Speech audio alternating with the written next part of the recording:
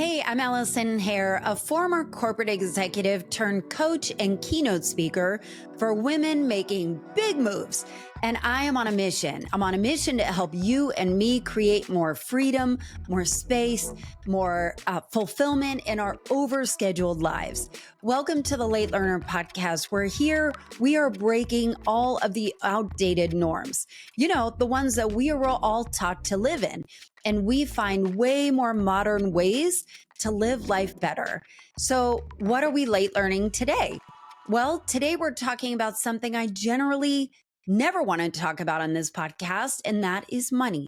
And not because I don't love it, but maybe like some of you, I have a really fraught relationship with money that has nothing to do with how much I have in the bank. And I always feel like I should understand it better. It feels kind of like Greek to me. I should have saved more. I should have invested more. I should have spent less. I should have appropriated it differently. And when people start talking about capital or crypto or whatever it is, I am checked all the way out because I really hate feeling dumb. And when my mom was alive, she kind of had this scarcity mindset. She was a baby boomer. When she had any amount of money, she would spend it as quickly as possible because she was afraid she would never have money again. And I feel like I have adopted that too. So recently, I discovered Dr. Brad Klontz when he started talking about, I was listening, I found him on a podcast. It was on Hidden Brain, I think. And he started talking about money scripts and how it's been programmed into our psyche and how we get out of it. And I was so blown away that I had never heard it taught in a way that felt really compassionate and empathetic, but it had a totally different mindset than anything I've ever heard before. So I hunted him down like a Swiftie stan that gets word that Taylor Swift is at the local donut shop. And I asked him to be on my podcast. So Bradley T. Klontz is an expert in financial psychology, financial planning, and applied behavioral finance. He has co-authored 8 books on the psychology of money, including his latest book, Start Thinking Rich, 21 Harsh Truths to Take You from Broke to Financial Freedom, co-written with Adrian Brambilla, which comes out on October 28th and is available for pre-order now if you're getting this before the 28th. So what I want you to do is I want you to send this to one person right now who is either really into financial stuff or really scared of it.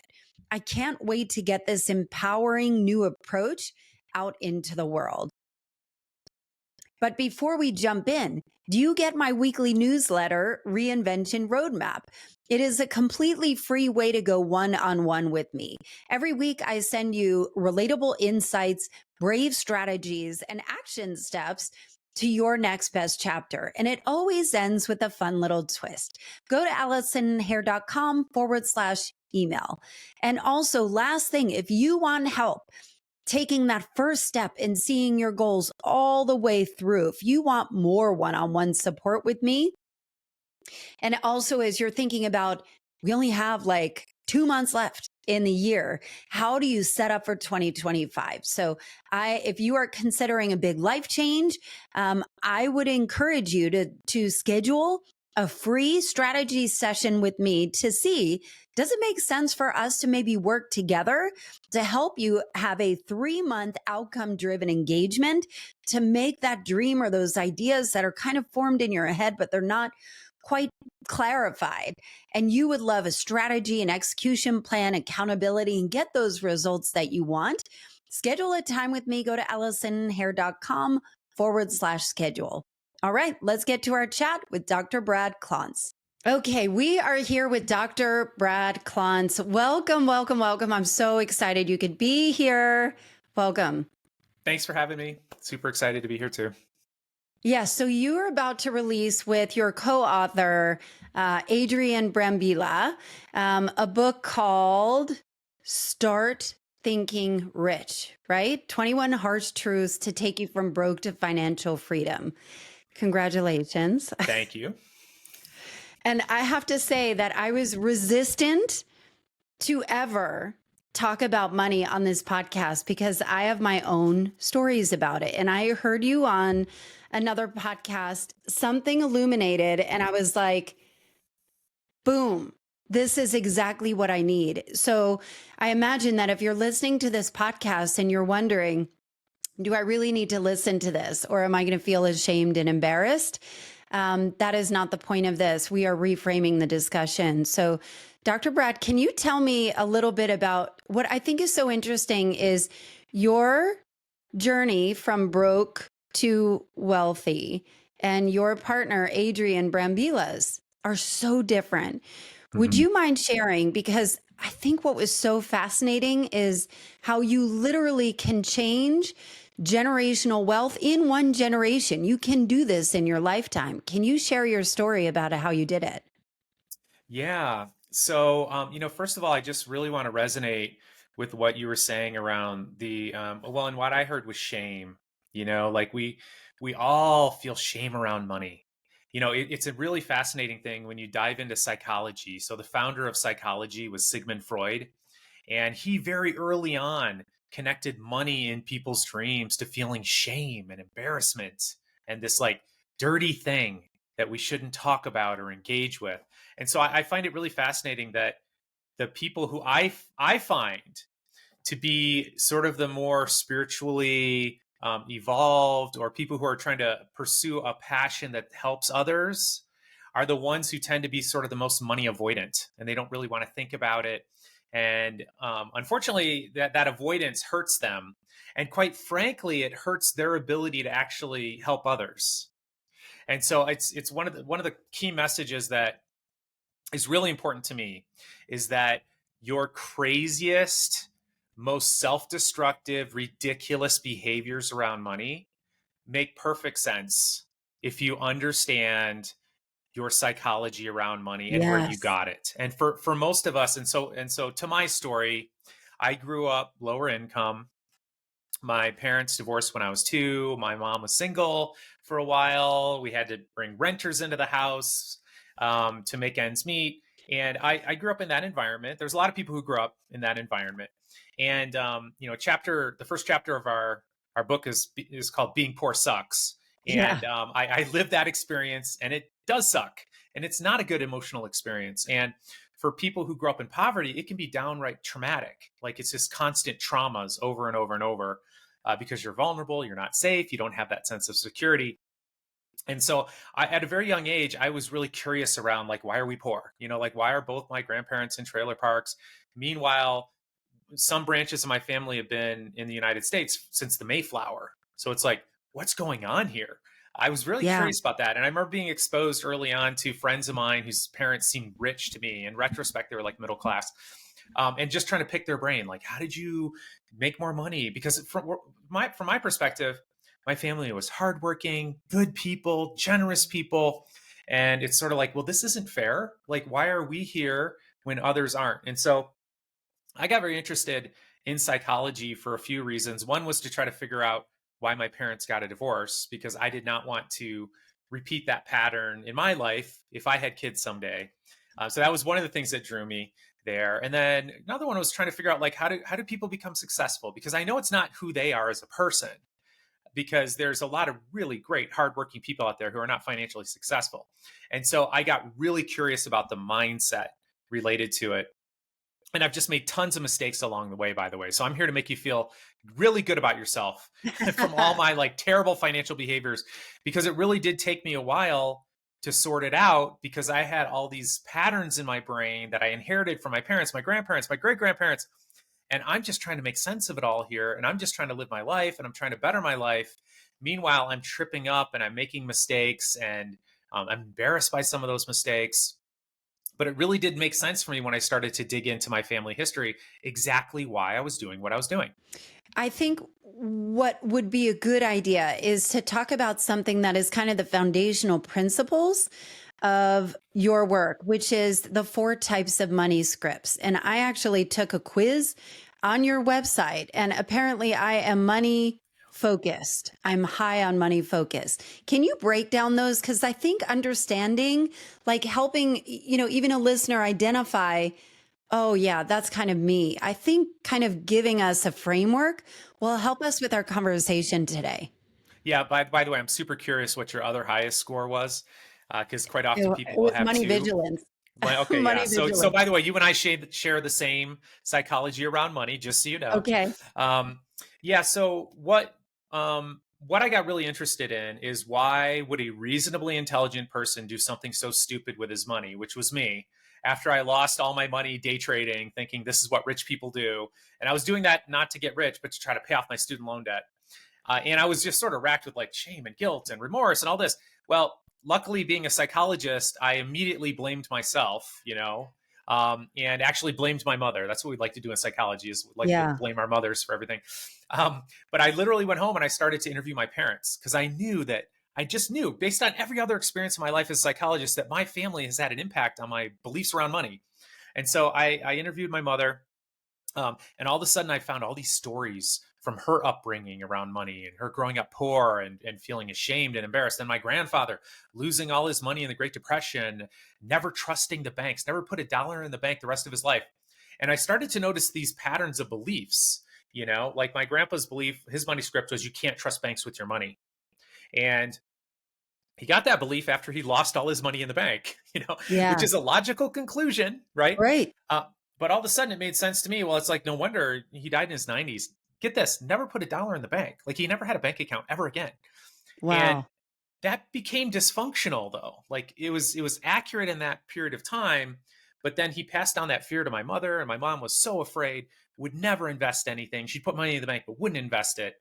And then I come along and I'm like, I don't want to be poor like these people. And so then I swing to the opposite side of the extreme, and I'm not investing, I'm speculating. I'm taking all my money and I'm rolling the dice. And if it wasn't sort of examining myself, I'm sure I would have gone right back to my grandfather's belief. Like, it's so crazy. Like, you can't trust investments, markets, they're a big scam.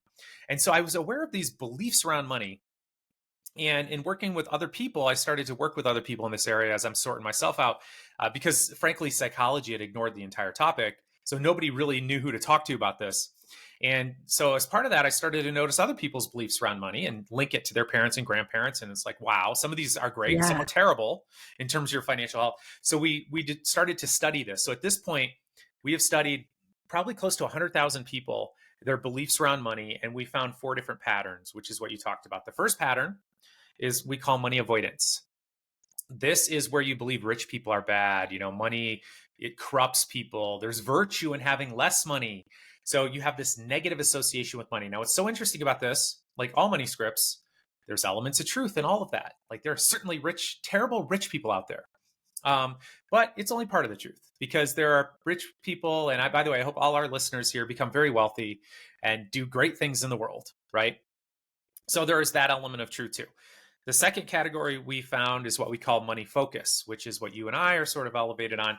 And this is the belief that more money is going to make you happier. It's going to solve all your problems. Like, I'm depressed now, but if I just had financial freedom, then all my problems will melt away. I'll finally have meaning in life. Everything will be solved.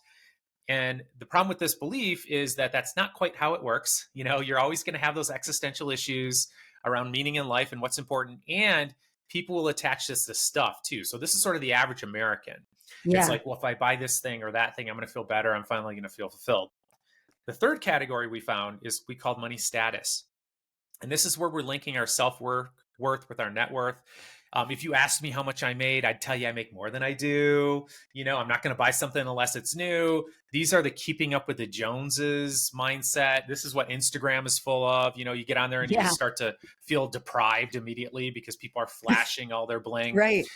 And it's associated with terrible financial outcomes and lower income and lower net worth, which is really, really important as I talk about this fourth category. So the fourth category is also an elevation for you and I, which is good.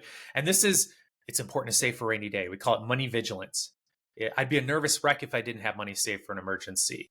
Money should be saved, not spent. You can tell it's sort of an extreme view too here. Yeah. So you got to watch out. And then get this though, if someone asks me how much I made, I tell them I make less than I do. So the irony is, these people have the highest net worth, the highest income, the lowest credit card debt, the best financial health. They're actually kind of downplaying what they have. And so if you take nothing else from this conversation, the next time you're feeling really bad about yourself on Instagram, just know that the people who are flashing the bling, more likely to have lower net worth. And it Yeah, makes poverty or sense. They're broke is a focused joke. on buying stuff. Right. Right. Yeah.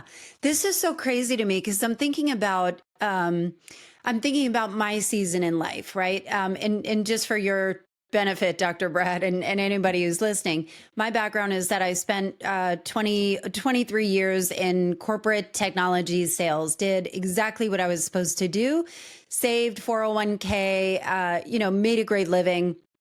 2 years ago, I walked out on purpose without a plan. I don't recommend this approach. I was just profoundly burned out and realized I needed to be doing something differently. And what I've started to notice, not only through my journey and kind of documenting my journey on this podcast and through my blog, but with the people that I work with and connect with and people that listen, there are so many of us, especially women, that have been taught that your productivity or your worth is based on your income, is based on what you can produce, and your productivity and your value is based on that.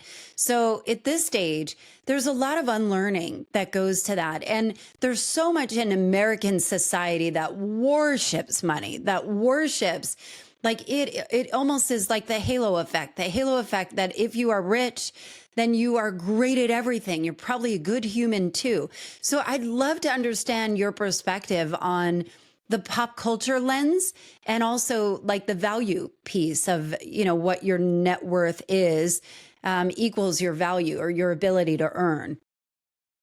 Yeah, it's that money status set of beliefs that is what you're talking about from my perspective.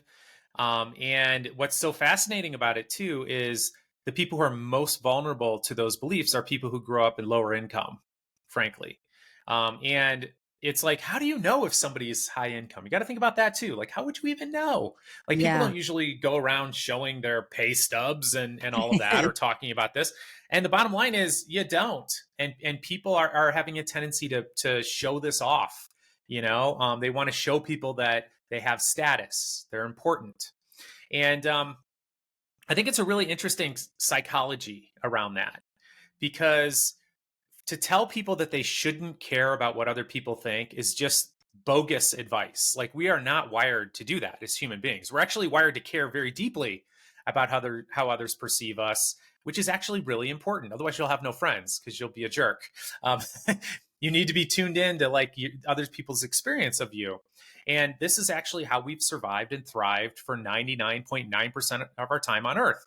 Small hunter-gatherer tribes where we're very closely linked and paying very close attention to rumors and what's being said about us. And it's really necessary for our survival. So the thing is, though, that we will surround ourselves with people who tend to share similar values. And so it's real easy to feel bad about yourself if you're hanging around a group of people who are big spenders and you're not a big spender. What you don't know is how much credit card debt do they have. You don't know if they were born into money and they're gradually melting it all away. You don't know that. You don't know where they are on their journey, and they're not very likely to tell you.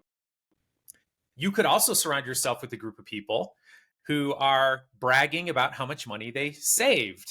And there's an entire movement out there. It's called the FIRE movement, which stands for Yeah. Financial Independence, Retire Early. And it's so funny because I was hanging out with some of these people a couple weeks ago, and they like to sit around and talk about who's got the lowest cost insurance. Yeah. They like to talk about what percentage of their income are they saving and investing. And so I find it so fascinating because, by the way, they very much care about what other people think. And when somebody says, "Oh, I'm investing 50% of my income," they're like, "Dang, I'm only doing 40." They feel like they're missing out. And so then they're sort of striving to save or invest more. My best advice is, and we talk about it in the book too, we talk about rich mindset versus poor mindset, is if you want to improve your financial life, you're going to need to avoid people who have a poor mindset, who are focused on spending. And by the way, some of these people are six-figure income earners, but they're focused on what they're going to buy next to make themselves feel good and to get accolades from other people. And try to surround yourself with people who have more of a rich mindset, who recognize what it takes to grow their wealth, which is, frankly, being frugal and saving and investing and not doing anything stupid, and make that your reference group. This is so profound because I think that some of the truths that you share in your book are like a slap in the face, right? But then, you know, when you kind of unpack it, it's more like a warm hug. So, what does that look like in real life in terms of realigning your friendships and realizing, wait a minute, I don't know that this is aligned. And there are some people, like there's some people they're immediately coming to my mind where everything they wear is dripping in logos, and I just don't give a fuck, you know? Like and I'm fine if they like I don't care. It's just not the way that I show up, but it becomes almost overbearing how much, they care about it, even though they may or may not have the money. I don't know. And so I think part of it is like identifying, and you could tell me if I'm wrong about this, but like, how do you feel around them? How do you feel in their presence? I don't know if that has anything to do with it, or how do you identify those people that are going to serve you better when it is like, because I think what's so groundbreaking about what you do and the way you do it is that it really is just a mindset. It's a mindset shift that you can literally think your way to rich, right? Because it is a shift in that. Can you help me understand that? Yeah, so in our book, we say a lot of really bad things about poor people, and one of our chapters is get rid of your poor friends if you want to get rich, and we do define what I mean by that, though. So broke is you have no money, and people think that's poor. That's not poor in my book. I know a lot of broke people who are. I can actually Okay. tell in 5 minutes that they're going to be millionaires. Like to me, that's not a poor person. That's somebody who's currently broke. um, a poor mindset, though, can keep you broke forever. And not only that, your kids and your grandkids, because you're going to be passing Yeah. them down. And a poor mindset, quite frankly, is just somebody who doesn't get it. They just don't know the truth about how people get rich and how rich people invest and how rich people spend their money. And I didn't know any of this. I grew up poor. I grew up broke, but I've studied it. So it's not just me observing things. And I work with a bunch of ultra wealthy people now as their financial advisors. So I know exactly how they invest because I'm doing their investments for them. But I've also studied the psychology of hundreds and hundreds of ultra wealthy people. And I got to tell you, like, what I learned blew me away because I did not know this was the case. So I'll give you a quick example. Yeah. We looked at a group of people who had $11 million in net worth. Now, to me, you're doing pretty good. You might even use the word rich if you have $11 million in net worth. I think you're rich. And we compared them to a group of people that had $500,000 in net worth. Now, you're doing pretty good with $500,000 in net worth. That is an upper middle class sort of experience. But we compared those two groups of people and we asked them how much money they spent on their last house, vacation, watch, and car. And we actually asked for dollar amounts. And what blew me away, and by the way, I was really shocked by this, is that that group of people that had almost 20 times the net worth only spent twice as much on those things. Whoa. So Yeah, you would expect it to be 20 times. their spending is not in perpetuity to their earning. No, not at all. They were spending about twice as much for a house, twice as much for a car, less than twice as much for a watch, by the way. They were only averaging about $1,000 for a watch, Huh. which is kind of crazy. Yeah. Yeah. So, but I mean, it's like, whoa, what does that tell you about what most rich people are doing? And the problem is, we're just being lied to on social media. And by the way, I worked with a lot of entertainers and actors and sports personalities, and you hear stories about it all the time that they just they get money and then it melts away. They overspend it. Yeah. They mismanage it. Yeah. And that is kind of the common thing. That's usually what happens when you're seeing somebody spending lavishly online. Then to me, it's a huge indicator. Like when you see labels, when other people see people with labels, they might start to feel a little bit of low self-esteem, a little bit of shame. I got to tell you, I think the exact opposite. Because I've studied all of this, I'm thinking, oh my God, they have low self-esteem and they Right. probably have a lot of debt. And I've lived in poor areas. I've lived in middle-class areas. I live in a very wealthy area now in Boulder, Colorado. And what I've noticed is the logos shrink the richer people are until you can't Yeah. even see them. And They call it stealth wealth. Yes, yes. Well, you don't have any reason. Why would you want to Yeah, wear a logo showing that you've made it? You have no reason. You don't need to impress anybody. You don't have yeah. low self-esteem about it. I mean, think about it. People have to wrap their head around this. So, because I just feel like, and I get so upset by it and passionate about it. And so I sort of like jokingly disparage people who have outward displays of wealth. And by the way, I'll say this: I've done it myself. I grew up low income. I thought that's what rich people did. I got out of grad school. I owed $100,000 of student loan debt. I went and bought a $2,000 luxury watch. I bought my mom a thick gold bracelet so she could show. And I didn't think about this, but this is why I did it. I wanted, obviously, to show my mom I loved her. There's lots of ways to do that. I could have written a note, Yeah.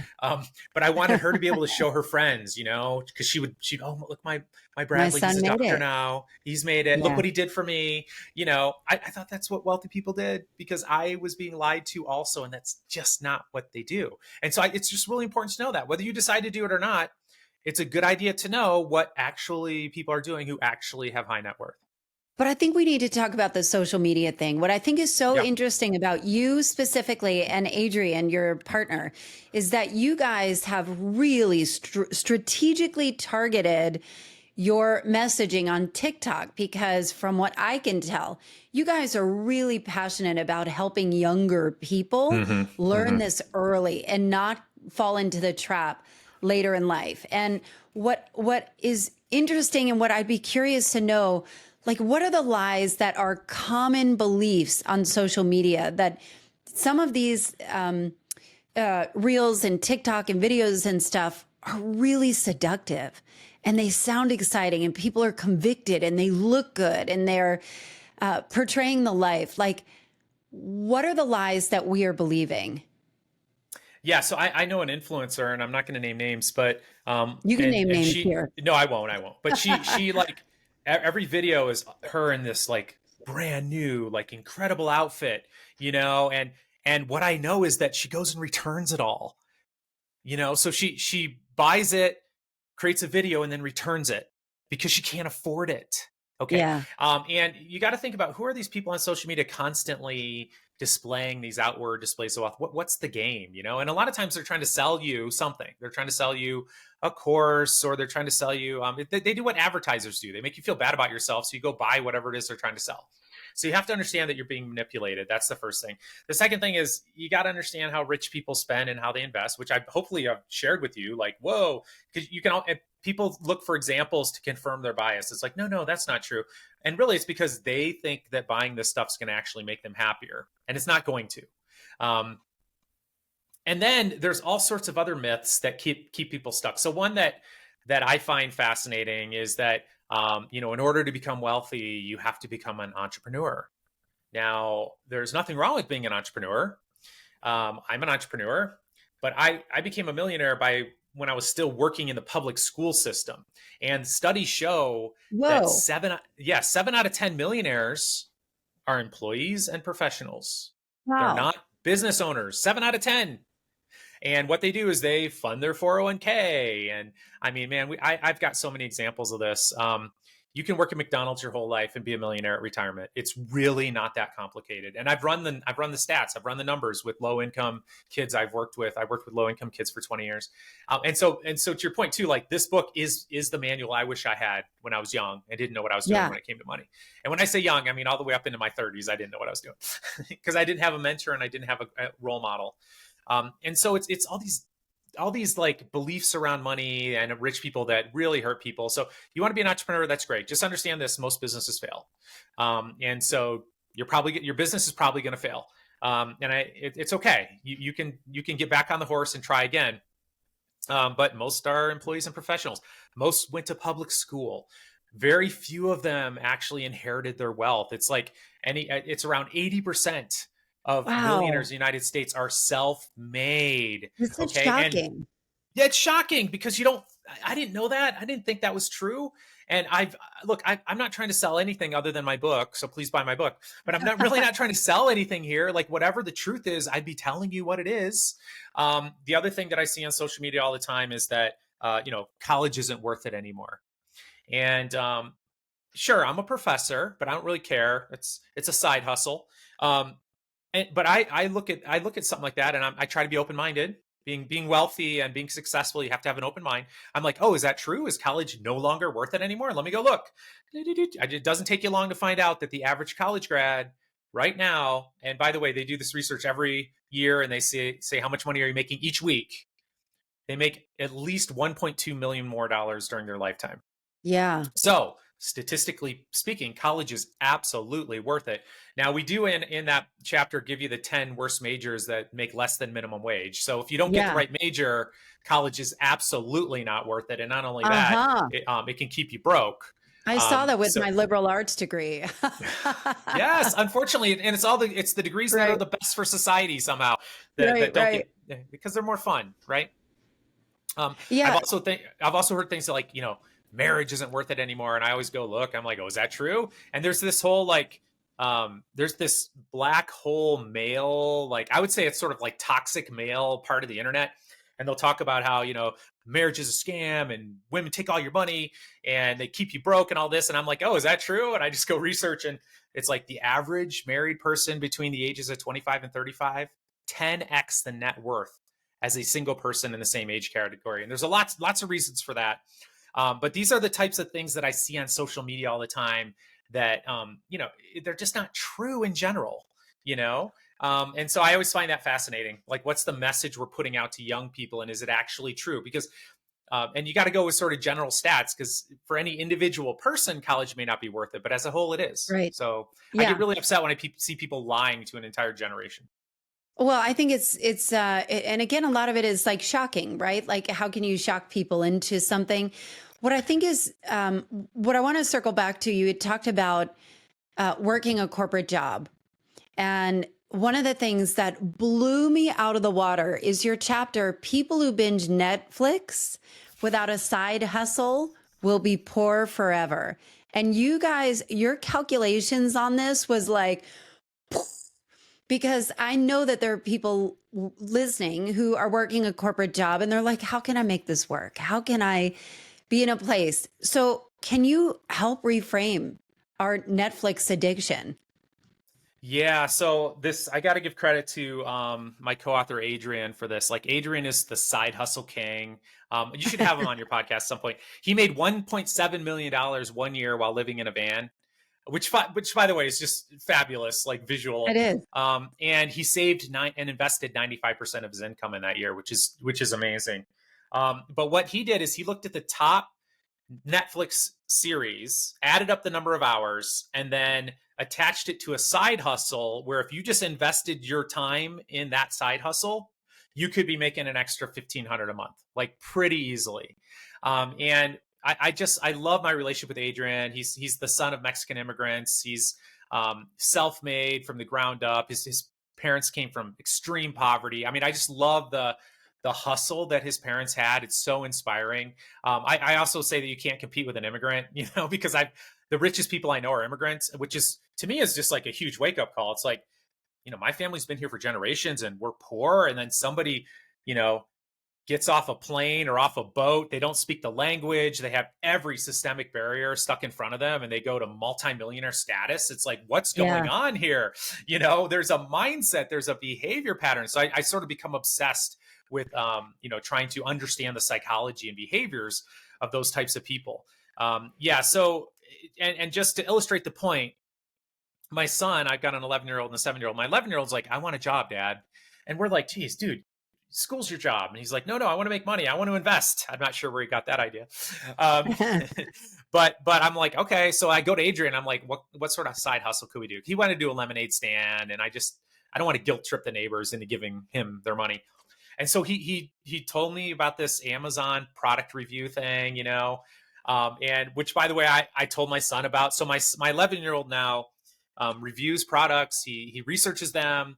He comes up with a shot list. He helps videotape them. He edits the videos. At the end of the day, I was like, at least he's going to learn a skill. This month, he's going to make $5,000 from it. Wow. 11 years old. 11 years old. I have an 11-year-old. I need to put him to work as soon as he gets home today. Yeah, get him to work. Wow. Well, I think it's so interesting because I think you guys, almost have a formula for like side hustles that you can consider that may be different, that if you reappropriated that time that you would be spending on Netflix into a side hustle, it could really help you out with it, right? Yeah, absolutely. I mean, if your goal is to increase your income, like we also have a chapter that's called, I'm looking at it here. It's get a roommate, get on the bus, get sober, get bald, and get a side hustle or shut up about being broke. And what we so there's two different routes to this. One is to cut expenses, which by the way is not a pleasant emotional experience, Allison. Yeah. If you wanted to do it, and what we looked is the average amount that Americans spend on rent, on cars, on alcohol, and on going to the salon. And we said, well, if you got a roommate, you cut your rent in half. And when you do, if you did all those things in 25 years, and if you invested the rest, you'd have an extra $2.8 million. And that's just by average expenditures in the United States. $2.8 Wow. million. That's the type of thing that that many immigrants will do that people who grow up in the United States would just never do. Oh, a roommate? No, I need my own space. Blah, blah, blah. I'm not going to learn how to cut my hair, on YouTube. I need to go spend this, and I can't give up my alcohol, and I can't give up my car. So the bottom line is there are multiple ways to get here. The average American could get there just by doing those things. But I like the idea of increasing your income. But the key is that you have to have this rich mindset first. So the rich mindset is this: when a dollar comes into my life, I am going to save and invest a percentage of it every single dollar. And by the way, that is going to be the first thing I do. So for me, I always shot for 30%, 30% of my income. Boom. I'm going to save it, invest it. I'm not going to touch it. That's my financial freedom fund. That is the mindset that you can work fast food your whole life and be a millionaire at retirement. And that's the mindset that we are trying to instill in all our viewers on TikTok and Instagram, and trying to catch as many people as early as we can. Yeah. And I think what is so interesting is it really does reframe what wealth is for you or what money does mean to you, and like unhooking yourself from those generational stories, right? And so, where does somebody begin with this when they acknowledge, I'm money avoidant, I'm a money status person? How does somebody start to unhook themselves? Yeah, so the first thought is, if you just have that awareness and you get it, boom, light bulb goes on. You just heard me say you should invest, a percentage of your income. And Yeah. then you immediately start doing it, you're great. And I'm not worried about you. You're gonna be fine. You're gonna learn what you Yeah. need to learn along the way. But a lot of us, it's we know it, but we just can't do it. We know better, but we can't do better. And that's where I think it really helps to do a deeper dive into your psychology. Like, so you're aware that Yeah. you have these beliefs around money. Where did they come from? Like, go interview your parents if they're alive. Go interview aunts and uncles or siblings. Find those family stories that have set you up to have the relationship with money that you're having right now. And part of it is adopting an internal locus of control, which we Let's talk talk about a about lot in that the book. because I think that's Yeah. real. Yeah, you do. Can you talk about the internal locus control, the external locus of control? I did look up what Yes. locus meant. Yeah. So locus is sort of like, is it Latin or whatever for location? So locus of control is, where is the location of control in your life? And there's two different types. There's an internal locus of control and there's an external locus of control. An internal locus of control looks at, for example, when I get home today, my wife may be grouchy and she may snap at me. And I got to tell you, Allison, I'm a wonderful guy. I'm a great husband. Why is she mad at me? And external locus of control will look at that conflict and be like, oh my gosh, I can't believe she's like this. She's so ungrateful. I do all this. Look at her. I'm a victim. Look how she's victimizing me with this attitude. And internal looks of control goes, I wonder what I could do to make my relationship better. So clearly she's not in a good mood. I wonder if perhaps I haven't really set the stage. Maybe she doesn't really understand how much I love her and appreciate her. And maybe I need to do a better job of expressing that. Maybe I am not following through on, what I know, like her love language. Like, she likes to spend time with me. Did I take the initiative this week to ask her out to lunch, a lunch date? Am I just expecting her to show up for me without showing up for her? That's an internal locus of control. First of all, my wife loves it when I blame myself for her bad mood. But I love it too, because I can actually do something about it. Same thing if I have a failed business, internal locus control. Where did I go wrong? Now, and even if my partner stole all my money, my business partner, it's all his fault. Well, were there any red flags? What did I miss? Was his promises of riches, did I get seduced by that when they seemed unreasonable in retrospect? Always be looking for how you can pin it on yourself. And sometimes I say blame it on yourself. This isn't about beating yourself up. It's about trying to take responsibility for as much as you can, because therein lies your power to change and make the life you want. That's really the key. Internal locus control associated with being wealthier, making more money, better outcomes in school, better outcomes in relationships, success across the board. And so if there's one rich mindset that I want to pass on to my kids, it is that internal locus of control. And I think in the context of the book, and kind of getting back to the finances conversation, is a lot of people will think it's my employer's fault that I make this. It's the government's fault that is keeping it. It is everybody else's fault. So I think that is it, right? Am I understanding that right? Yeah, that's right. So we have a bunch of chapters that sort of talk about this, like your political party doesn't give a shit about you. Yeah. That's a way to leave your control outside of you. Like, well, once the government changes and things become fair, quote, fair, then I'll be able to move ahead. We even talk about capitalism, and we're like, hey, look, that's the system we're in. We are not even taking a stand on it. Like, is it good? Is it bad? Whatever. You can have opinions. You can throw data. But I'd be writing a book on how to thrive and survive in communism, if that's the country I lived in, because it's about like, here's where you are. So, and things aren't fair, and there's all sorts of barriers, and life isn't fair, and not to diminish any of that, but it's like, what do you need to do after that? Like my best friends in life are the ones where if I did complain about my job or about whatever, that my friends would be like, oh, Brad, that sucks. What are you going to do about it? What are you going to do? Those are my friends.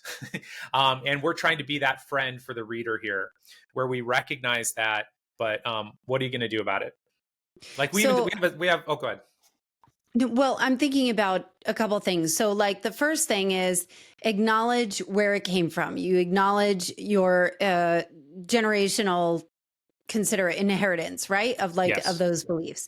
Then you take your locus of control, you're taking your power back.